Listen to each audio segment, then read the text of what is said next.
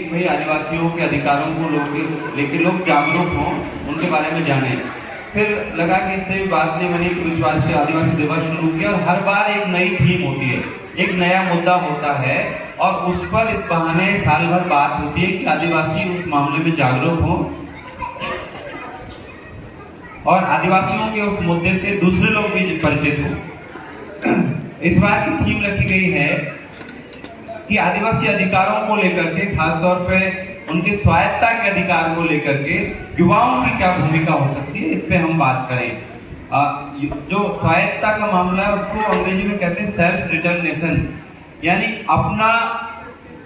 अपने क्षेत्र में कैसा शासन होगा, कैसी व्यवस्था होगी, ये आप खुद तय करेंगे। सेल्फ डिटरमिनेशन आरक्षण से भी एक बड़ी चीज है। हम लोग आज आरक्षण, जब भी हम SC/ST की बात करते हैं, खासतौर पे जब SC/ST साथ में मिलकर के बात करते हैं, तो मैं देखता हूँ कि उसमें आदिवासी मुद्दे उस तरह से नहीं आ पाते। जब आप संविधान सभा की बहसों को पढ़ेंगे, उनको देखेंगे, तो आप पाएंगे कि संविधान सभा में आदिवासियों की मांग कभी आरक्षण नहीं रही, उनकी मांग इससे बड़ी रही, उनकी मांग स्वायत्ता रही, सेल्फ डिटरमिनेशन रही, जिसको बाद में संयुक्त राष्ट्र संघ ने भी स्वीकार किया कि आदिवासियों को अगर बचाना है, आदिवासियों को वास्तव में उनके अधिकार देने हैं, तो हमें सेल्फ डिटरमिनेशन यानी उनके आत्मनिर्णय के अधिकार या उनके स्वायत्ता के अधिकार को बचाने की कोशिश करनी चाहिए। आज आप सुनते होंगे, आपके बहुत सारे बच्चे हैं, जब वो सुनेंगे कि भाई आदिवासियों का इतिहास पढ़ते हैं तो आदिवासियों के इतिहास में आता है कि भाई मीणाओं ने यहाँ पे राज किया, वहाँ पे राज किया, तो आपके दिमाग में सवाल आना चाहिए कि अगर राज किया हमारे पूर्वजों ने, तो फिर हमको आरक्षण की आवश्यकता क्या है? कोई दूसरी जाति समुदाय का व्यक्ति ये सवाल आपसे पूछ सकता है कि जब आपका राज रहा है इतनी जगहों पर, फिर आपको आरक्षण क्यों मिलना चाहिए? तो इसका जवाब ये है कि दुनिया में जहाँ पर भी आदिवासी रहे, वो बाहरी समाजों से अलग थलग रहे, उनसे कट करके रहे, उनके अपने कबीले थे, उनकी अपनी व्यवस्थाएं थी और वहाँ पर उन्हीं का राज रहा। आदिवासियों का राज दूसरे पर शासन करने के लिए नहीं था, अपने इलाके में बाहरी दखल को रोकने के लिए था। कभी उन्होंने ये नहीं किया जैसे अंग्रेजों ने किया या मुगलों ने किया या राजपूतों ने किया कि दूसरों के ऊपर राज करने के लिए शासन चलाना। आदिवासियों ने सिर्फ अपने इलाकों पर राज किया। तो उस राज में और इस राज में फर्क है। जो आदिवासी व्यवस्था का राज है वो भिन्न प्रकार का है और प्रकारांतर से संयुक्त राष्ट्र संघ स्वायत्ता या सेल्फ डिटरमिनेशन या आत्मनिर्णय के अधिकार के बहाने उसी राज की वकालत कर रहा है कि आदिवासियों का अपने इलाकों पर राज हो। अब ये कैसे संभव है? आपको एक सवाल आपके दिमाग में आ सकता है कि भाई अब तो एक भारत सरकार है, एक दिल्ली सरकार है, एक राजस्थान सरकार है, ऐसी सरकारें हैं, एक जिला कलेक्टर है, एक तहसीलदार है, वगैरह वगैरह। इसमें ऐसा कैसे संभव है कि आदिवासियों का अपना राज हो, आदिवासियों की अपनी स्वायत्ता हो? बिल्कुल संभव है और दुनिया के बहुत सारे इलाकों के आदिवासियों ने ऐसा किया है। आप मेरी बातचीत के बाद में गूगल करके देखिए कि ऑस्ट्रेलिया के आदिवासी कैसे रहते हैं। ऑस्ट्रेलिया के आदिवासी, जिनको इंडिजिनस पीपल या एबोरिजिनल्स कहते हैं, उन्होंने ऐसा राज कायम किया है।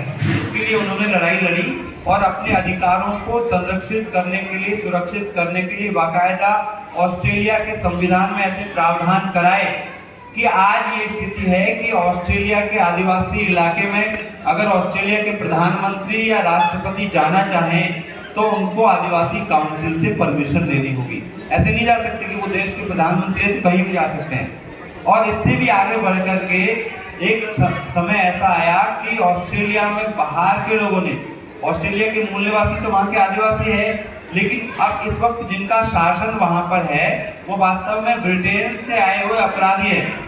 तो ब्रिटेन से आए हुए अपराधियों ने वहाँ पे अपनी कॉलोनियां विकसित की और इतना कब्जा कर लिया बाहरी इलाकों पर, आदिवासी इलाकों पर, कि एक समय आज से करीब 100 साल पहले ऐसा आया कि आदिवासियों से उन्होंने उनके बच्चे छीन लिए और ये कहा कि आपको बच्चे पालने नहीं आते, आप असभ्य हो, गंवार हो, हम आपको बच्चा पालना सिखाएंगे और अपने चर्चों में रखकर के उन बच्चों को पाला। तो उस पूरी जनरेशन को, उस पूरी पीढ़ी को कहा गया स्टोलन जनरेशन, यानी जिनसे उनका बचपन छीन लिया गया। मेरे ख्याल से एक जानवर भी ये बात जानता है कि अपना बच्चा कैसे पालते हैं। आप में से अधिकांश इस प्रक्रिया से गुजर चुके हैं या गुजर रहे हैं। हर कोई अपने बच्चे पालना अच्छी तरह से जानता है, वो अपने बच्चों के लिए जान भी देने को तैयार होता है। तो कोई ये कहे कि तुम असभ्य हो इसलिए बच्चे पालना नहीं जानते, तो इस बात का वहाँ के आदिवासियों ने प्रतिकार किया और इस बात के लिए उन्होंने लगातार ऑस्ट्रेलिया की सरकार के ऊपर दबाव बनाया कि आपने हमारे पुरखों के साथ हमारे साथ जो अन्याय किया उसके लिए आप माफी मांगिए। और आप ये भी बात गूगल करके देखिए कि फरवरी 2008 में ऑस्ट्रेलिया के प्रधानमंत्री को वहाँ के आदिवासियों की बात मानते हुए वहाँ की संसद में सार्वजनिक रूप से पब्लिकली अपोलॉजी माफी मांगनी पड़ी। फरवरी में उन्होंने वहाँ के आदिवासियों से अपनी तरफ से, ऑस्ट्रेलिया की संसद की तरफ से और ऑस्ट्रेलिया की सरकार की तरफ से सार्वजनिक रूप से माफी मांगी कि हमने आपके साथ जो बर्ताव किया है वो बर्ताव गलत है। अब आप भारत में रह करके ये सोचना आपके लिए मुश्किल है कि क्या सरकार को हम इस लेवल पे झुका सकते हैं, क्या सरकार से हम इस लेवल पे अपने अधिकारों की मांग कर सकते हैं। लेकिन मित्रों, मैं कहूँगा कि बिल्कुल कर सकते हैं।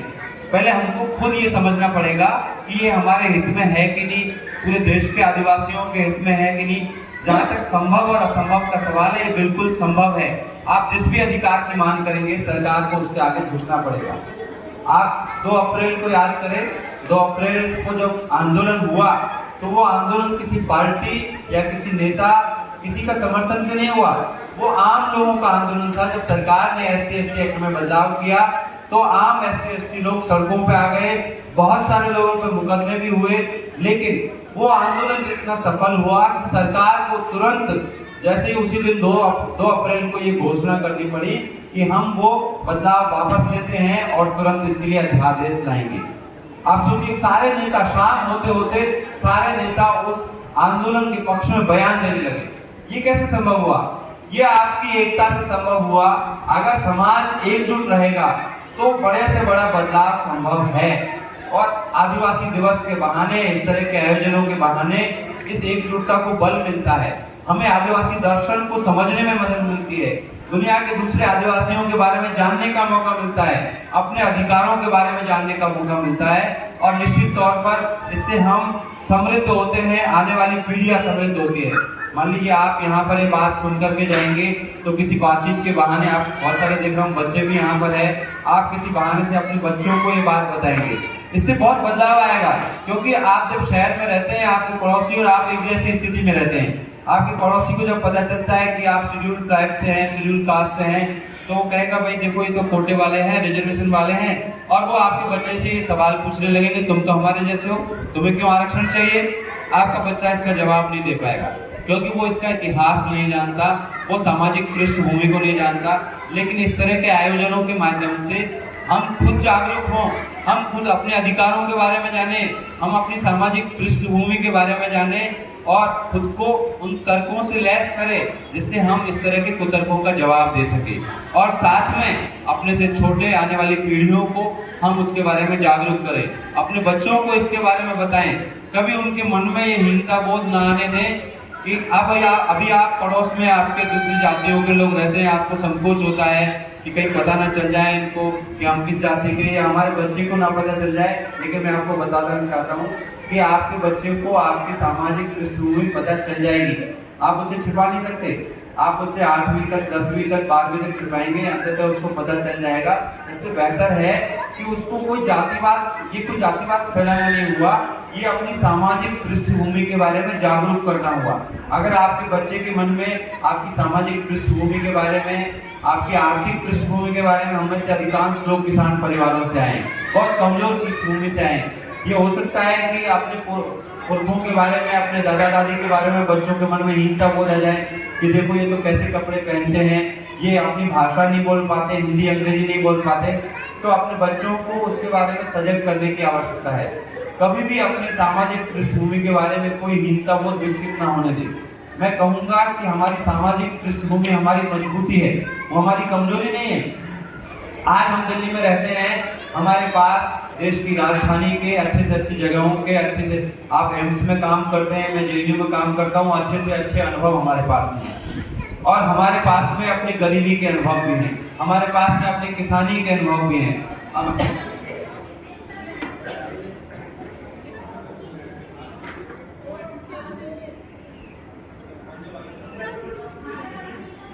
हमारे पास में गांव के अनुभव भी हैं। तो हमारे पास दोहरे अनुभव है। एक तरफ हमारे पास विपन्नता के अनुभव है, दूसरी तरफ हमारे पास संपन्नता के अनुभव है। एक तरफ हमारे पास गांव के अनुभव है, दूसरी तरफ हमारे पास शहर के अनुभव है। एक तरफ हमारे पास किसान जीवन के अनुभव है, दूसरी तरफ आज ये नौकरी पेशा जीवन के अनुभव है। तो मैं कहूँगा कि शहर के जो दूसरे बच्चे हैं जिनसे आपको ये मन में डर पैदा होता है, एक संकोच पैदा होता है कि उनको पता चलेगा कि हमारी पृष्ठभूमि ये है, कि हमारे बच्चे को पता चलेगा तो उनको कैसा लगेगा, बिल्कुल इस बारे में संकोच करने की आवश्यकता नहीं है। आपकी पृष्ठभूमि आपकी ताकत है, वो संघर्ष का इतिहास जो हमेशा प्रेरणा देता है। मेरे ख्याल से अगर हमारी वो पृष्ठभूमि नहीं होती, मैं तो खुद के बारे में निश्चित तौर पर कह सकता हूँ कि अगर मेरी वो पृष्ठभूमि नहीं होती तो हो सकता है कि मैं उतना सफल नहीं हो पाता, क्योंकि वापस लौटने का कोई ऑप्शन नहीं था। वापस जाकर के खेती करके और वो जैसे माँ बाप ने अपना जीवन यापन कर लिया, शायद हम में से अधिकांश लोग नहीं कर पाते, बहुत मुश्किल हो जाता। तो हमारे पास सिर्फ ये आगे बढ़ने का ही रास्ता था, पीछे हटने का कोई रास्ता ही नहीं था। तो वो संघर्ष की पृष्ठभूमि हमारी ताकत है, उसको ताकत बनाएं और इस तरह के मंचों को आपस में संवाद का अवसर बनाएं। और निश्चित तौर पर जब आप आदिवासी दर्शन की बात करेंगे, उसको समझेंगे, तो आप ये समझ पाएंगे कि जो समाज के हित में काम हो रहे हैं